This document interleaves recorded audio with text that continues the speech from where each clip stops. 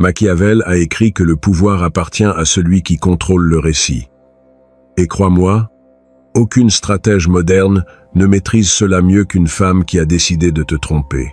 Un pote a découvert que sa copine parfaite, celle qui prêchait la loyauté, celle qui pleurait devant des films d'infidélité, était avec un autre depuis 6 mois. Le plus brutal n'a pas été la trahison. C'était de découvrir le système. 7 techniques précises, calculées, quasi militaires. Elle n'a rien improvisé. Elle a tout planifié. Et il n'a jamais eu aucune chance, car il n'a jamais soupçonné la mauvaise personne. Si tu es nouveau sur la chaîne, abonne-toi et reste jusqu'à la fin de la vidéo. Et au passage, mets un like, partage et profite du contenu. Aussi, dans les commentaires épinglés de cette vidéo, je vous ai mis à disposition le guide ultime pour maîtriser l'art de parler aux femmes. Vous y trouverez toutes les clés essentielles pour enfin communiquer avec assurance et efficacité. Alors, commençons. Quand une femme décide de te tromper, elle ne le fait pas comme dans les films. Il n'y a pas de message laissé par mégarde, ni de parfum étrange sur la chemise. Non, elle étudie d'abord le terrain. Et son arme principale n'est pas la tromperie en soi. C'est quelque chose de bien plus raffiné. Ta confiance. Tu te souviens de ce pote que j'ai mentionné? Ce qui l'a le plus détruit n'a pas été de découvrir l'infidélité. C'était de réaliser que les 3 derniers mois, juste quand elle était la plus affectueuse, la plus attentionnée, la plus présente, étaient les mois de la trahison. Alors qu'il pensait « enfin on se reconnecte », elle construisait un écran de fumée si parfait qu'elle s'est même convaincue elle-même qu'elle était une bonne personne. Machiavel a compris quelque chose que la majorité ignore. Les actions ne révèlent pas toujours les intentions. Parfois, elles les déguisent. Et quand une femme ressent de la culpabilité, elle ne la traite pas comme tu l'espères. Elle ne s'éloigne pas. Elle n'agit pas bizarrement. Elle fait exactement le contraire. Elle t'inonde d'affection. Elle te cuisine ton plat préféré un mardi au hasard. Elle t'envoie des messages toute la journée. Elle te serre plus fort dans ses bras. Et toi, que fais-tu? Tu baisses complètement ta garde. Pense-y une seconde. Quand as-tu remis quelque chose en question pour la dernière fois alors que tu te sentais aimé? Exactement. Jamais. Parce que dans notre tête, affection équivaut à honnêteté. C'est un raccourci mental que nous avons tous. Et elle le sait. Être pas consciemment. Mais elle le sait. La culpabilité la pousse à compenser. Et cette compensation devient ton anesthésie émotionnelle. Regarde. Je vais te donner un exemple bien concret. Une connaissance m'a raconté que son ex avait commencé à lui laisser des petits mots dans sa gamelle. Des petits mots. À 32 ans. Je t'aime. Tu es mon monde. J'ai hâte de te voir aujourd'hui. Il était sur un nuage. Il s'en vantait même auprès des potes. Sérieux, j'ai trouvé la bonne. 2 mois plus tard, il a découvert que chaque mot correspondait exactement au jour où elle voyait l'autre. Ce n'était pas de l'amour. C'était de la comptabilité émotionnelle. Pour chaque rencontre avec lui, un mot pour toi, un équilibre parfait. Et le plus dingue, c'est que ça marche parce que ça fait appel à quelque chose de primitif en nous. Quand quelqu'un nous donne de l'affection, notre cerveau libère de l'ocytocine. On se détend, on devient confiant. C'est biologique. Elle n'a pas besoin d'être un génie de la manipulation. Elle a juste besoin de suivre ses instincts de survie émotionnelle. La culpabilité la brûle de l'intérieur. Alors, elle te baigne d'affection pour l'éteindre. 2 problèmes résolus. Elle se sent mieux avec elle-même. Et tu arrêtes de poser des questions gênantes. Dis, si ça te parle, suis-moi ici sur la chaîne. Maintenant, comment distinguer l'affection sincère de l'affection stratégique? Par le timing. C'est toujours le timing. L'affection réelle est constante. Elle a des hauts et des bas normaux. Elle répond à la vie que vous partagez. Mais l'affection tactique apparaît à des moments bien trop opportuns. Juste après une dispute, où tu as remis quelque chose en question. Juste après une soirée où elle est rentrée tard du travail. Juste quand tu commençais à sentir que quelque chose ne collait pas. C'est comme si elle avait un bouton d'urgence émotionnelle. Et chaque fois qu'elle sent que tu te rapproches de la vérité, elle appuie dessus. Elle te donne une dose de « tout va bien ». Et toi, tu recules. Non pas parce que tu es bête, mais parce que tu veux y croire. Parce que douter de quelqu'un qui te serre dans ses bras en te disant « je t'aime », ça donne l'impression de trahir quelque chose de sacré. Mais voici la vérité brutale. Elle ne trahit rien du tout quand elle te trompe et te dit qu'elle t'aime. Dans son esprit, ces deux choses peuvent parfaitement coexister. Parce que l'amour qu'elle te montre n'est pas un mensonge à ce moment-là. C'est de la culpabilité traitée, transformée en affection. C'est sa manière d'équilibrer la balance interne. Elle te donne ce dont tu as besoin pour que tu ne vois pas ce qui ne doit pas être vu. Et c'est là que ça se complique encore plus. Et c'est justement pour ça que la deuxième tactique est encore plus tordue. Parce qu'une fois qu'elle a réussi à te faire baisser ta garde avec de l'affection, elle doit construire quelque chose de plus permanent. Elle a besoin que tu normalises l'ennemi. Tu sais quel est le coup de maître? Te présenter le type. Oui, tu as bien entendu. Elle ne cache pas l'autre homme. Elle te le met sous le nez. Mais elle le déguise si bien que toi-même tu finis par défendre son innocence. C'est Javier, mon collègue de travail. Super sympa. Il a même une copine. Ou, ma préférée. C'est comme mon frère. Je te le jure. Et c'est là qu'est l'astuce. Elle n'est pas transparente. Elle est en train de te vacciner. Parce que Machiavel l'avait très bien compris. Qui contrôle le récit, contrôle la réalité. Et en te le mentionnant en premier, elle devance tes soupçons. Étienne, en devance tes soupçons. Elle t'entraîne pour que chaque fois que tu vois ce nom sur son téléphone, ton cerveau pense automatiquement « Ah, l'ami, l'inoffensif. Laisse-moi te raconter ce qu'un cousin m'a dit. » Son ex mentionnait un certain Andrés chaque semaine. André ci, André ça, toujours dans des contextes super décontractés. Andrés m'a recommandé cette série. Andrés m'a aidé avec le rapport. Mon cousin plaisantait même. Putain, j'ai envie de rencontrer cet Andrés qui est si génial. L'ironie est brutale, non? Parce que lorsqu'il a découvert la vérité 6 mois plus tard, il s'est rendu compte qu'elle construisait l'alibi parfait depuis le premier jour. Elle n'a pas caché Andrés. Elle l'a normalisé jusqu'à ce qu'il fasse partie du décor. Et voici le plus dingue. Souvent, ça commence comme une véritable amitié. Je ne te mens pas. Elle et le type sont vraiment juste amis au début, mais la proximité émotionnelle grandit sans que personne ne le remarque. Ils commencent à discuter davantage. Elle lui raconte des choses. Il l'écoute d'une manière que tu ne fais peu. Être plus. Parce que vous êtes ensemble depuis des années. Et à un moment donné, sans date précise, sans moment dramatique, la ligne est franchie. Ce qui rend cela particulièrement efficace, c'est qu'elle croit elle-même au mensonge. Elle ne sent pas qu'elle est malhonnête, parce que techniquement, ils ne sont qu'amis, jusqu'à ce qu'ils ne le soient plus. Mais à ce moment-là, ça fait des mois qu'elle le mentionne avec tant de naturel que si tu remets quelque chose en cause, tu passes pour l'insécurisé, le jaloux, le toxique. Elle a retourné l'échiquier si lentement que tu n'as pas remarqué quand les règles ont changé. Pense-y. Combien de fois as-tu entendu « Alors maintenant je ne peux plus avoir d'amis hommes ». C'est la défense parfaite. Parce que bien sûr qu'elle peut en avoir. Personne de sensé ne dirait le contraire. Mais ce n'est pas la vraie question. La vraie question est « Pourquoi cet ami en sait-il plus sur ta relation que toi sur la leur ?» Pourquoi lui raconte-t-elle ce qu'elle ne te dit plus à toi? Pourquoi, quand vous vous disputez, c'est auprès de lui qu'elle se défoule? Pas avec toi. La réponse est simple. Mais elle fait mal. Parce qu'émotionnellement, elle t'a déjà remplacé. L'acte physique n'est qu'une question de temps et d'opportunité.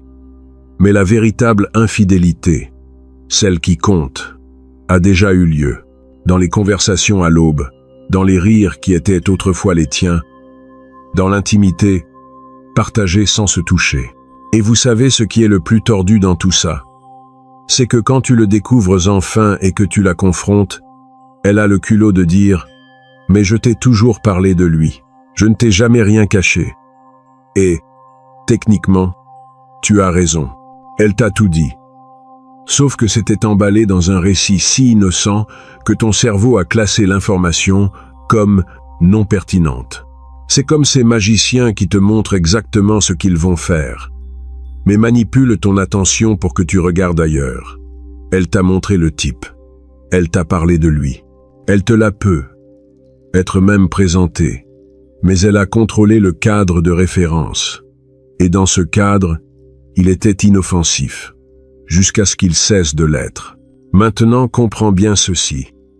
Il ne s'agit pas de lui interdire des amitiés ni de devenir paranoïaque. Il s'agit de reconnaître les schémas. Quand elle commence à te comparer subtilement à cet ami, c'est là le signal. C'est que Javier, lui, m'écoute quand je parle. André comprend ces choses-là. Ce sont des comparaisons qui semblent innocentes, mais qui pavent le chemin. Laisse un conseil dans les commentaires que tu donnerais à d'autres hommes qui traversent ça. Peut-être que ton expérience sauvera quelqu'un de tomber dans le même piège. Parce que ce qui vient ensuite est encore plus élaboré. Maintenant, c'est là que les choses deviennent vraiment tordues. Parce que tout ce que je t'ai dit jusqu'à présent, l'affection stratégique, la normalisation de l'autre, ne fonctionne que si elle réussit quelque chose de fondamental. Que sa vie ait l'air absolument normale, prévisible, voire ennuyeuse. Et voici le revirement que peu comprennent. Les femmes qui trompent vraiment ne changent pas leur routine. Elles les utilisent comme camouflage. Laisse-moi t'expliquer. Quand un homme trompe, c'est évident.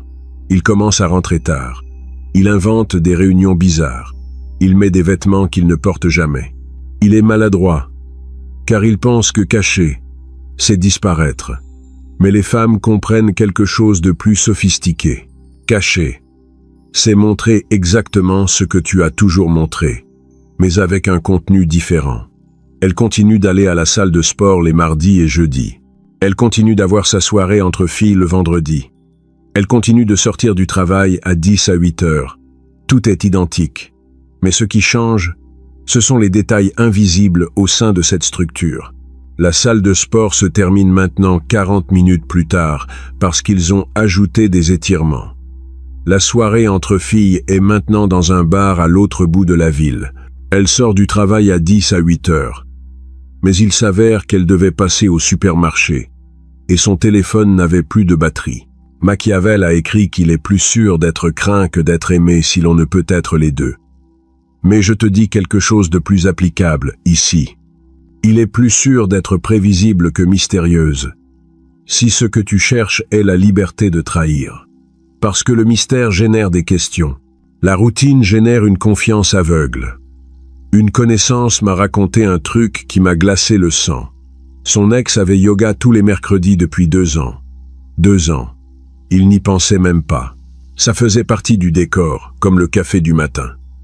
Jusqu'au jour où, par hasard, il est passé devant le studio de yoga, et c'était fermé. Fermé depuis 3 mois pour travaux. Où était-elle tous ces mercredis? Avec l'autre.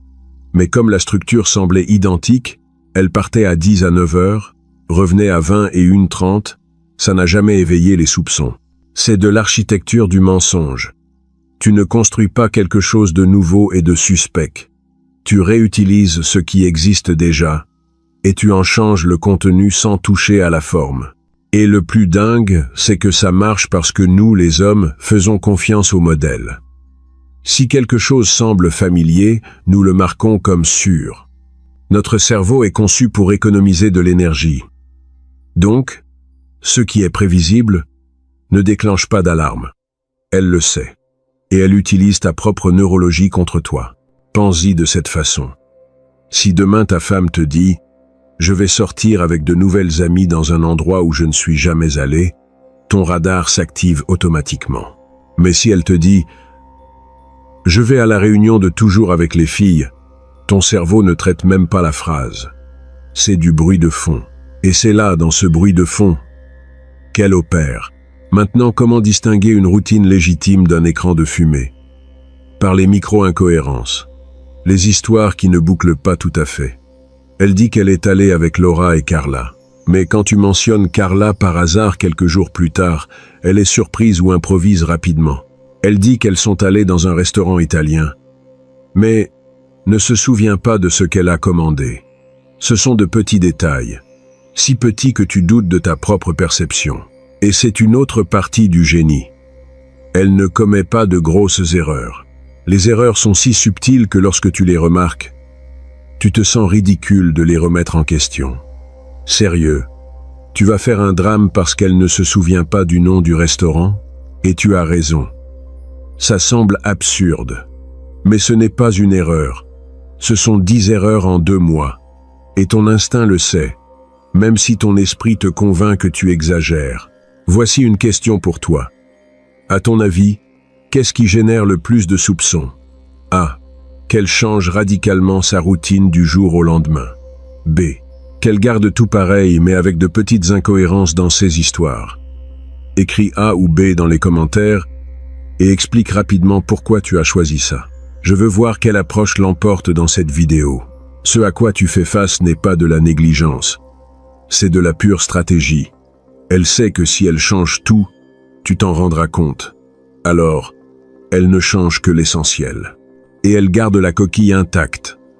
Comme ces bâtiments historiques qu'on rénove de l'intérieur, mais dont on conserve la façade. De l'extérieur, tout semble pareil. Mais à l'intérieur, c'est une structure complètement nouvelle. Et quand finalement ton instinct crie si fort que tu décides d'enquêter, il est déjà trop tard. Parce qu'elle construit depuis des mois des alibis qui se soutiennent les uns les autres. Chaque petit mensonge étaye le suivant. C'est de l'ingénierie sociale. Et la plupart des hommes n'ont jamais eu aucune chance contre ce niveau de planification. Mais attends, parce que ce qui suit est le moment où elle démontre vraiment sa maîtrise.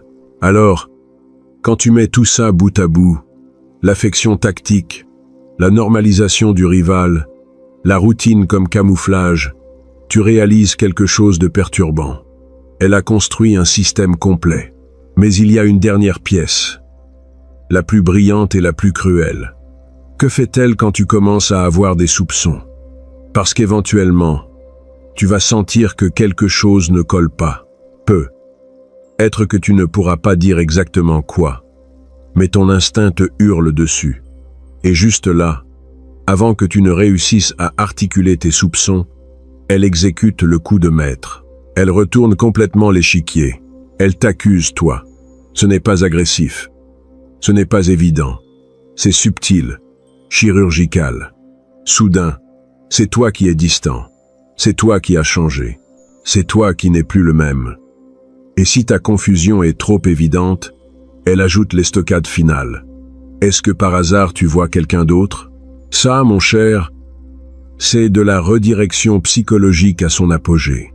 En une seconde, tu es passé d'enquêteur à suspecte. Toute ton énergie mentale, qui était concentrée sur le décryptage de son comportement, est maintenant occupée à défendre ton innocence. Elle n'a pas seulement détourné ton attention. Elle t'a mis sur la défensive dans ta propre accusation. Et ça marche parce que ça fait appel à quelque chose de basique. Personne ne veut être vu comme le méchant. Alors, tu commences à t'expliquer, à te justifier, à démontrer que tu n'as rien fait. Pendant ce temps, elle respire. Elle a gagné du temps. Elle a réajusté sa stratégie. Et le plus tordu, c'est qu'elle a maintenant de la matière pour se justifier elle-même. C'est qu'il ne m'aime plus comme avant. Il est distant. Évidemment, il se passe quelque chose. Machiavel a compris qu'en politique, celui qui définit les termes du débat a déjà gagné la bataille. Et elle vient de tout redéfinir. Il ne s'agit plus de ses mensonges, il s'agit de ton insécurité, de ta jalousie, de ta méfiance. Le récit a changé, sans que tu t'en rendes compte. Un pote a vécu ça à l'extrême. Il a remarqué qu'elle rangeait son téléphone plus vite que la normale. Il lui a demandé, décontracté, « Tiens, avec qui tu discutais ?» Question simple, mais elle a retourné le truc immédiatement. « Pourquoi tu me surveilles tout le temps ?» Je ne peux plus avoir de vie privée? Je sens que tu ne me fais plus confiance. Lui, se sentant coupable à cause de la question, s'est excusé. Il s'est excusé d'avoir posé une question tout à fait légitime. 2 mois plus tard, il a découvert la vérité. Mais à ce moment-là, elle l'avait déjà dressé à ne pas poser de questions. C'est ça, le contrôle narratif. Et voici la partie qui fait le plus mal. Souvent, elle-même n'est pas consciente qu'elle le fait. Ce n'est pas qu'elle s'assoit pour planifier « aujourd'hui je vais le manipuler émotionnellement ». C'est que son cerveau, cherchant à résoudre le conflit interne entre sa culpabilité et son besoin de se justifier, construit automatiquement une version de la réalité où elle est la victime. Il ne me prête plus attention comme avant. Il passe son temps à travailler. Il ne me fait plus me sentir spécial. Dans son esprit, ses plaintes deviennent des raisons. Et si les raisons sont suffisamment fortes, alors ce qu'elle a fait n'était pas une trahison. C'était une conséquence. C'était une réaction à ta négligence. C'était ta faute en réalité. Et c'est là que Machiavel avait raison sur un point inquiétant. Les gens ne se souviennent pas tant de ce que tu as fait, mais de comment tu les as fait se sentir. Alors elle ne se souvient pas des fois où tu étais là. Elle se souvient des fois où tu n'étais pas là. Et ces mémoires sélectives deviennent sa permission morale. Maintenant, comment te protéger de ça? La vérité brutale est qu'il n'y a pas de manuel. Mais il y a des signaux. Quand une personne commence à inverser la culpabilité de manière cohérente, quand chaque conversation difficile finit par toi qui t'excuses, quand tes doutes légitimes sont traités comme des attaques injustifiées, il se passe quelque chose. Faire confiance à quelqu'un ne signifie pas éteindre ton instinct.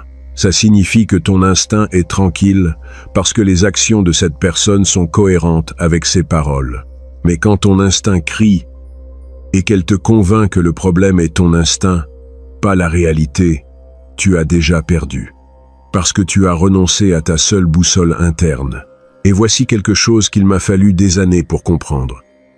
Il ne s'agit pas de devenir paranoïaque. Il s'agit de reconnaître que la naïveté n'est pas une vertu. C'est une vulnérabilité.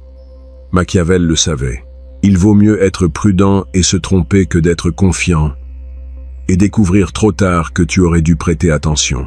Alors au final, tout se résume à ça. Quand quelqu'un t'aime vraiment, il n'a pas besoin de construire des systèmes élaborés de justification. Il n'a pas besoin de retourner tes doutes contre toi. Il n'a pas besoin d'entraîner ta perception pour ignorer l'évidence. L'amour réel est transparent. Non pas parce qu'il est parfait, mais parce qu'il n'a rien à cacher derrière des structures de défense psychologique. Si ce que je partage résonne en toi, et que tu veux soutenir ce type de contenu, envisage de devenir membre de la chaîne. Je ne vais pas te mentir. Créer ceci prend du temps, de la recherche, et honnêtement, j'ai besoin de savoir qu'il y a des gens qui valorisent ce genre de conversation réelle. Mais il y a quelque chose d'encore plus sombre que tu dois comprendre. Et au final, la vérité la plus brutale est celle-ci. La femme qui te trompe vraiment n'est pas celle qui est évidente. C'est celle qui s'est construit une réputation impeccable. Celle qui parle de loyauté comme si c'était une religion. Celle qui juge les autres pour avoir fait exactement ce qu'elle fait en privé. Parce que sa meilleure défense n'est pas de se cacher. C'est que personne, ni toi, ne puisse croire qu'elle en est capable. Machiavel l'a compris il y a des siècles. Peu importe ce que tu es. Ce qui compte, c'est ce que tu parais être. Et elle maîtrise cette différence mieux que personne. Il ne s'agit pas de se méfier de toutes. Il s'agit d'arrêter d'être naïf avec n'importe qui. La loyauté ne se clame pas sur Instagram. Elle se démontre quand personne ne regarde. Laisse dans les commentaires un conseil que tu donnerais à d'autres hommes. Ton expérience peut sauver quelqu'un de vivre ça. On se voit dans la prochaine.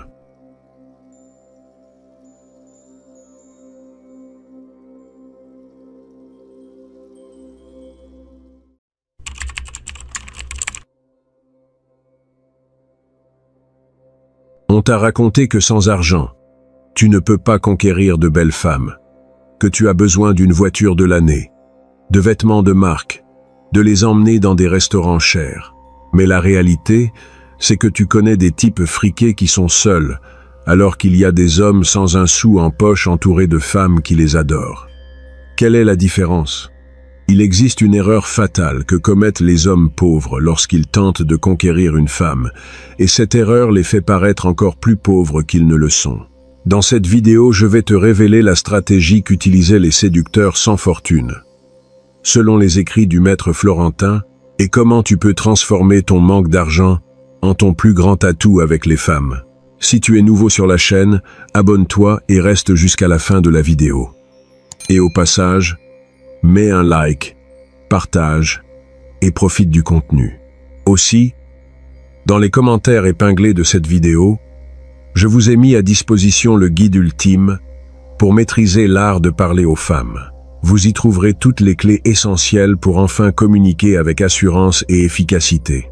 Alors commençons. Laisse-moi te raconter l'histoire d'un homme qui a changé ma perspective à jamais. Il s'appelait Miguel. Il travaillait comme mécanicien dans un vieil atelier en périphérie de la ville. Il gagnait à peine de quoi payer son loyer et manger. Il n'avait pas de voiture. Il se déplaçait en bus. Ses vêtements étaient simples, des jeans et des t-shirts basiques. Mais il y avait quelque chose chez Miguel qui rendait les femmes dingues. J'ai connu 3 de ses ex-copines, et c'étaient toutes des femmes incroyables, des professionnelles, belles, avec leur propre voiture et appartement. Un jour, je lui ai demandé directement, « Miguel, mon frère, comment tu fais? Tu n'as pas d'argent, tu n'as pas de luxe, mais les femmes te cherchent comme si tu étais millionnaire. » Ce qu'il m'a dit, cet après-midi-là m'a retourné le cerveau. « Mon frère, les hommes riches commettent une erreur. Ils croient que leur argent est leur personnalité. Alors, quand ils sortent avec une femme, ils ne parlent que de leur réussite, de leurs affaires, de leurs investissements. Ils deviennent ennuyeux. Moi, je n'ai pas d'argent, alors je suis obligé d'être intéressant. » Et cette phrase changeait tout. Tu vois, quand un homme a de l'argent, il commence inconsciemment à l'utiliser comme substitut à sa valeur réelle. Il va à un rendez-vous et paie tout sans réfléchir. Il emmène la femme dans l'endroit le plus cher qu'il connaît. Il lui achète des cadeaux coûteux. Et il croit qu'avec ça, il a déjà gagné son cœur. Mais voici le problème brutal. Cette femme ne saura jamais si c'est toi qu'elle aime ou ton portefeuille. Et pire encore, tu ne sauras jamais si elle est avec toi par amour ou par intérêt. Comme disait le grand stratège de Florence, celui qui conquiert avec de l'or perd quand l'or s'épuise. Celui qui conquiert avec son caractère conserve son royaume, même dans la pauvreté. Ce n'est pas de la poésie romantique, c'est une réalité stratégique. Les femmes qui en valent la peine ne cherchent pas un homme qui résolve leur vie économiquement. Elles cherchent un homme qui résolve leur ennui émotionnel. Et voici ce qui est brutal et que personne ne te dit. Être pauvre t'oblige à développer les compétences qui attirent vraiment les femmes. Les hommes riches peuvent payer pour du divertissement. Toi, tu dois être fois le divertissement. Les hommes riches peuvent t'acheter des expériences. Toi, tu dois créer des expériences. Les hommes riches peuvent t'offrir des choses matérielles. Toi, tu dois offrir des émotions. Et crois-moi, les émotions valent 1000 fois plus que n'importe quel cadeau onéreux. Je vais te donner un exemple concret. Un homme riche emmène une femme dans un restaurant à 500 pesos par personne. Il commande du vin cher, de la nourriture élégante. Mais la conversation est ennuyeuse. Il parle du travail, des embouteillages, de choses superficielles. La femme mange bien, mais quand elle rentre chez elle, elle n'arrête pas de bâiller. Maintenant, imagine Miguel. Il t'invite à marcher dans le centre-ville. Ils achètent des tacos à 10 pesos dans un stand de rue. Mais pendant qu'il marche, il lui raconte des histoires incroyables de son enfance. Il la fait rire avec des anecdotes absurdes. Il lui pose des questions qui l'obligent à réfléchir sur sa vie. Il crée un moment de véritable connexion. Laquelle de ces deux femmes pense à son rendez-vous à 3 heures du matin? La seconde, sans aucun doute. Parce que Miguel lui a donné quelque chose que l'argent ne peut pas acheter. Il lui a donné son attention sincère, sa créativité, sa présence totale. Mais voici le piège mortel dans lequel tombent 90% des hommes sans argent. Ils essayent de compenser leur pauvreté en étant extrêmement serviables. Ils deviennent le chauffeur gratuit de la femme, celui qui lui rend tous les services, celui qui est disponible 24 heures, 24 et 7 jours, 7 pour l'aider avec tout ce dont elle a besoin. Et ça, mon frère, c'est la pire chose que tu puisses faire. Écoute-moi bien. Quand un homme pauvre devient l'assistant personnel d'une femme, il ne démontre pas de l'amour, il démontre du désespoir. Il crie par ses actions. S'il te plaît, valorise-moi parce que je n'ai pas d'argent pour t'impressionner. Et les femmes sentent ce désespoir à des kilomètres. Ça les répugne plus que la pauvreté elle-même. Comme le comprenait le maître Florentin, il vaut mieux être craint qu'être méprisé. Et un homme qui supplie pour de l'attention sera toujours méprisé. Peu importe le nombre de services qu'il rend. Alors, quelle est la stratégie correcte quand tu es pauvre? C'est si simple que ça va te surprendre. Accepte ta situation économique sans honte et sans compensation. Ne fais pas semblant d'avoir plus que ce que tu as. Ne t'excuse pas de ne pas pouvoir payer des choses chères. N'essaie pas de l'impressionner avec des promesses d'un futur millionnaire. Sois simplement honnête et offre ce que tu as vraiment. Ton temps, ta créativité, ton énergie. Mais voici la clé qui sépare les hommes moyens des véritables conquérants. Tu offres ces choses sans mendier, sans supplier, sans implorer. Si tu es arrivé jusque-là, c'est que tu veux vraiment transformer ta situation avec les femmes. Et ça me dit que tu es différent des autres. La majorité se contente d'excuses et continue de blâmer sa situation économique. Mais toi, tu veux les vraies stratégies. C'est pour ça que si ce contenu t'ouvre les yeux, je te demande de t'abonner à la chaîne. Parce que ce qui vient après est encore plus puissant.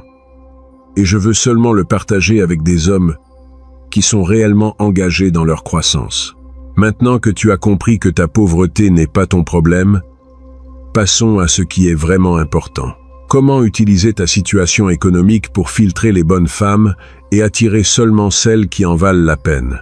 Parce que voici la vérité brutale. Si une femme te rejette parce que tu n'as pas d'argent, tu viens de t'épargner des mois ou des années de souffrance avec la mauvaise femme. Laisse-moi t'expliquer quelque chose qui a complètement changé ma vie.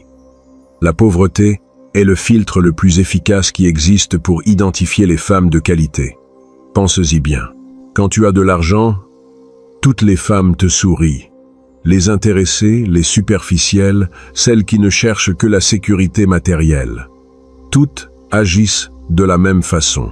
Tu n'as aucun moyen de savoir qui te valorise vraiment. Mais quand tu es pauvre, seules restent les femmes qui voient vraiment quelque chose en toi. Celles qui valorisent ton caractère au-dessus de ton compte en banque. Celles qui parient sur ton potentiel, pas sur ta réalité actuelle.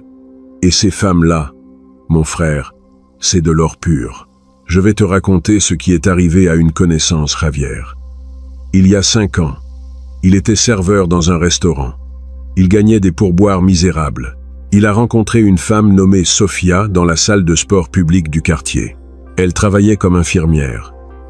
Elle gagnait le double de lui. Javier a été honnête dès le début. Il lui a dit « Écoute, je n'ai pas d'argent pour t'emmener dans des endroits chics, mais si tu veux, je t'invite à marcher sur la jetée et on s'achète des glaces. » Sofia a accepté. Ils ont eu le rendez-vous le plus simple du monde. Ils ont marché, discuté, ri. Javier n'a pas essayé de l'impressionner avec des choses qu'il n'avait pas. Il a juste été lui-même. Cette relation a duré. Aujourd'hui, 5 ans plus tard, Javier a sa propre entreprise de réparation de téléphones portables. Il s'en sort très bien financièrement. Mais il m'a dit quelque chose que je n'oublierai jamais. Mon frère, je suis reconnaissant d'avoir connu Sofia quand je n'avais rien. Parce que maintenant, je sais qu'elle m'aime pour qui je suis, pas pour ce que j'ai. Cette sécurité n'a pas de prix. Et il avait totalement raison. Cette certitude émotionnelle vaut plus que tous les millions du monde. Mais voici la partie que la majorité ne comprend pas. Pour que cette stratégie fonctionne, Tu dois avoir quelque chose de plus précieux que l'argent. Tu dois avoir de l'ambition. Et c'est là que réside la différence critique. Être pauvre n'est pas la même chose qu'être conformiste. Une femme de qualité peut accepter un homme pauvre, mais aucune femme de qualité n'acceptera un homme sans rêve, sans plan, sans direction. Comme le disait le stratège florentin, les hommes sont jugés non pas pour ce qu'ils ont, mais pour ce qu'ils pourraient devenir. Alors, quand tu sors avec une femme en étant pauvre, parle de tes projets, pas avec arrogance ni avec des promesses vides. Parle avec la conviction de quelqu'un qui est en train de construire quelque chose. Raconte-lui ce cours que tu suis pour améliorer tes compétences. Parle-lui de cette entreprise que tu veux lancer, de ces études que tu poursuis. Montre-lui que, même si aujourd'hui tu n'as pas d'argent, tu as quelque chose de bien plus précieux. Tu as une vision et tu as la discipline pour l'exécuter. Et voici l'erreur que commettent beaucoup d'hommes pauvres. Ils essaient de se vendre comme de futurs millionnaires. Ils promettent des manoirs, des voyages, du luxe. Et c'est répulsif, parce que ça sonne comme un fantasme désespéré. Au lieu de cela, montre-lui ton processus. Dis-lui, regarde, en ce moment, j'économise chaque peso que je peux. Dans 6 mois, j'aurai assez pour ce cours. Dans 1 an, je lancerai ce projet. Ça, c'est concret. C'est réel. Et les femmes intelligentes reconnaissent la différence entre un rêveur et un bâtisseur. Mais attention, car il existe aussi un autre piège dangereux. Certains hommes pauvres deviennent aigris. Ils parlent mal des riches. Ils se plaignent constamment de leur situation. Ils blâment le système, le gouvernement, l'économie. Mon frère, cette mentalité de victime est un pur poison pour l'attraction. Aucune femme ne veut être avec un homme qui se lamente sur sa vie. Les femmes cherchent des hommes qui affrontent leurs problèmes, pas des hommes qui pleurent à leur sujet. Alors accepte ta pauvreté comme une phase temporaire, pas comme une identité permanente. Quand tu parles d'argent, fais-le avec maturité. Ne te plains pas de ne pas en avoir. Ne critique pas ceux qui en ont. Reconnais simplement ta situation et parle de comment tu travailles pour la changer. Cette attitude est magnétique, parce qu'elle démontre une force mentale. Et la force mentale attire plus que n'importe quel gros portefeuille. Maintenant, nous arrivons à la partie la plus pratique. Comment organiser des rendez-vous incroyables sans dépenser d'argent? Et c'est là que ta créativité doit briller plus que jamais. La plupart des hommes croient que les rendez-vous sont synonymes de restaurants et de cinéma, mais ce sont les rendez-vous les plus ennuyeux qui existent. Je vais te donner des idées concrètes de rendez-vous qui coûtent peu ou rien, mais qui créent des connexions émotionnelles puissantes. Première idée, le rendez-vous au marché. Tu vas avec elle à un marché local. Chacun a 20 pesos. L'un ou l'autre peut préparer un repas ensemble chez toi ou chez elle. C'est génial parce que c'est interactif, amusant et ça crée de la complicité. Deuxième idée, le rendez-vous au belvédère. Tu cherches un endroit en hauteur dans ta ville, d'où l'on peut voir le coucher du soleil. Tu apportes une vieille couverture et quelque chose de simple à manger. Du pain, du fromage, des fruits. Vous vous asseyez là, vous discutez profondément, vous regardez le soleil tomber. Ça coûte moins de 50 pesos, mais ça génère plus de connexions que n'importe quel restaurant à 1000 balles. Troisième idée, le rendez-vous au musée gratuit.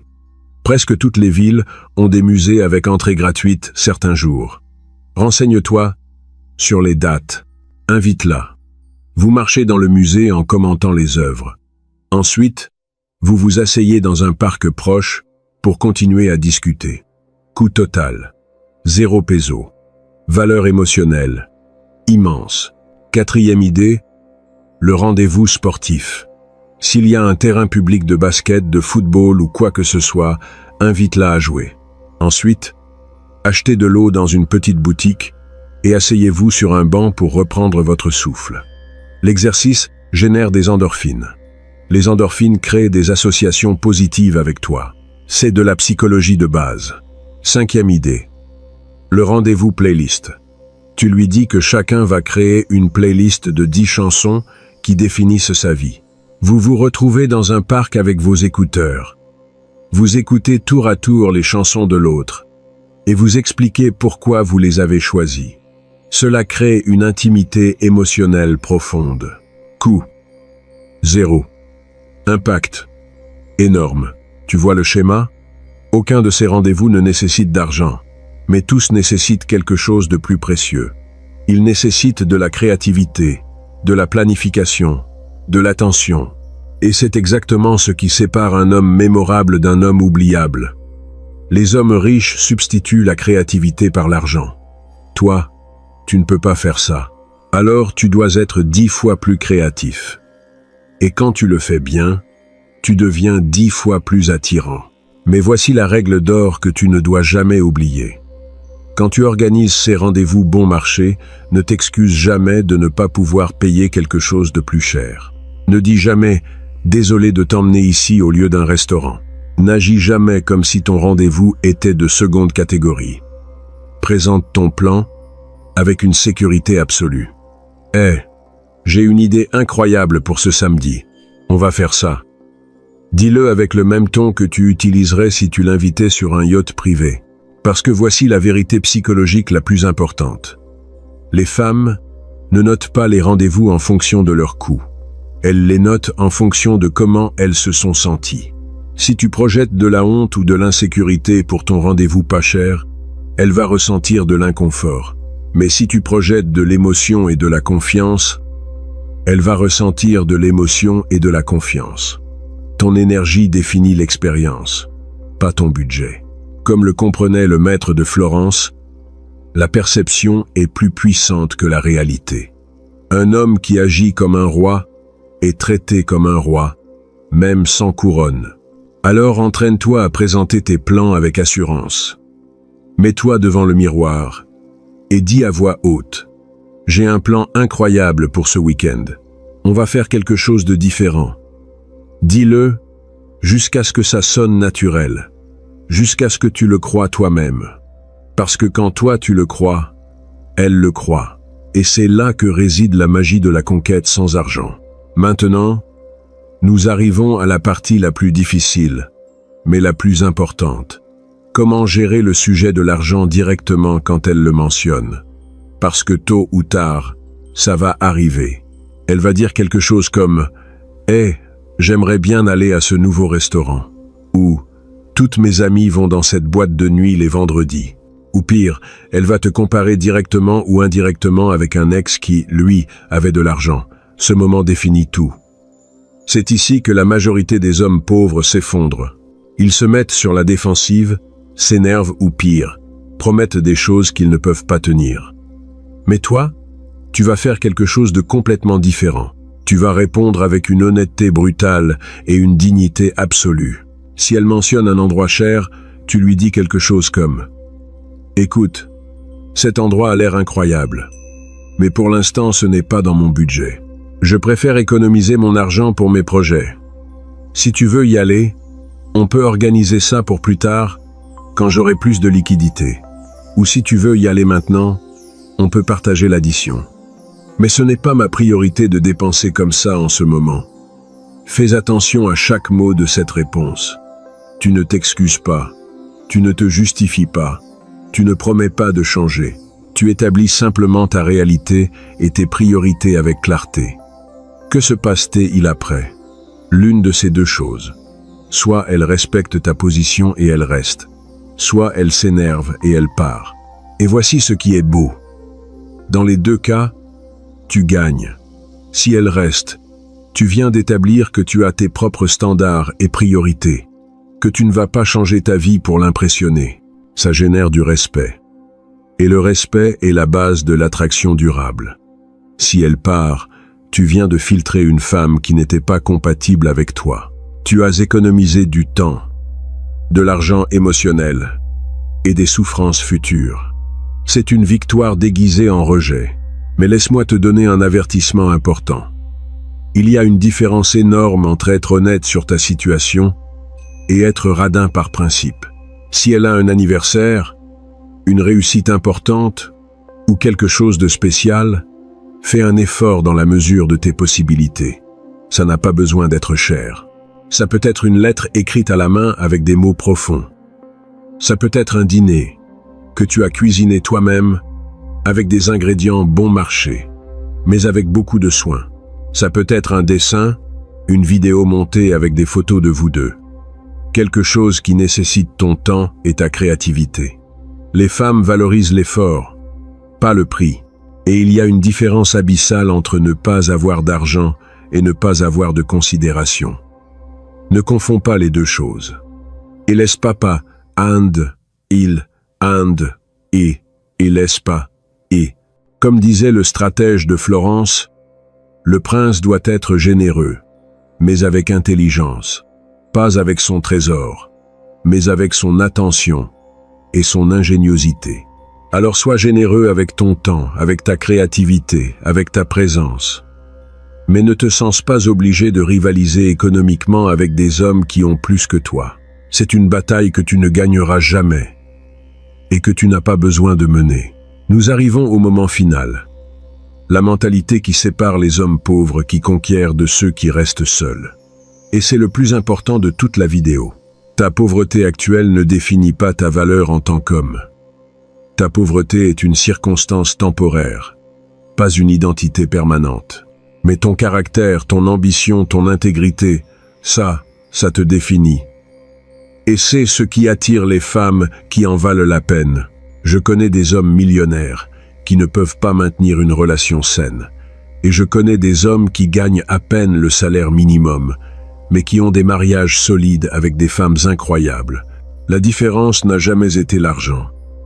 La différence a toujours été la mentalité. Alors, arrête de voir ta pauvreté comme un handicap. Commence à la voir comme un avantage stratégique. Parce qu'elle t'oblige à développer des compétences que les hommes riches ne développent jamais. Elle t'oblige à être intéressant, à être créatif, à être authentique. Et ces qualités sont celles qui construisent de vraies relations. Quand finalement tu auras de l'argent, et tu vas en avoir si tu continues à travailler sur toi-même, tu auras quelque chose que l'argent ne pourra jamais acheter.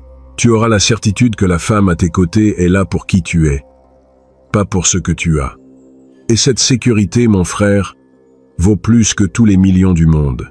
Alors la prochaine fois que tu ressentiras de la honte de ne pas pouvoir payer quelque chose de cher, souviens-toi de ceci. Les meilleurs conquérants de l'histoire n'étaient pas les plus riches. C'étaient les plus intelligents, les plus créatifs, les plus sûrs d'eux-mêmes.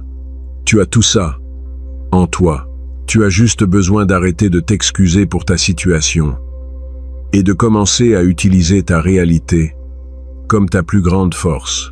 Comme le comprenait parfaitement le maître florentin, l'homme qui domine par son caractère règne pour toujours. Celui qui domine seulement par son or règne jusqu'à ce que l'or s'épuise. Voilà, mon frère, la vérité complète sur comment conquérir des femmes en étant pauvre. Tu n'es plus l'homme qui se lamente sur sa situation.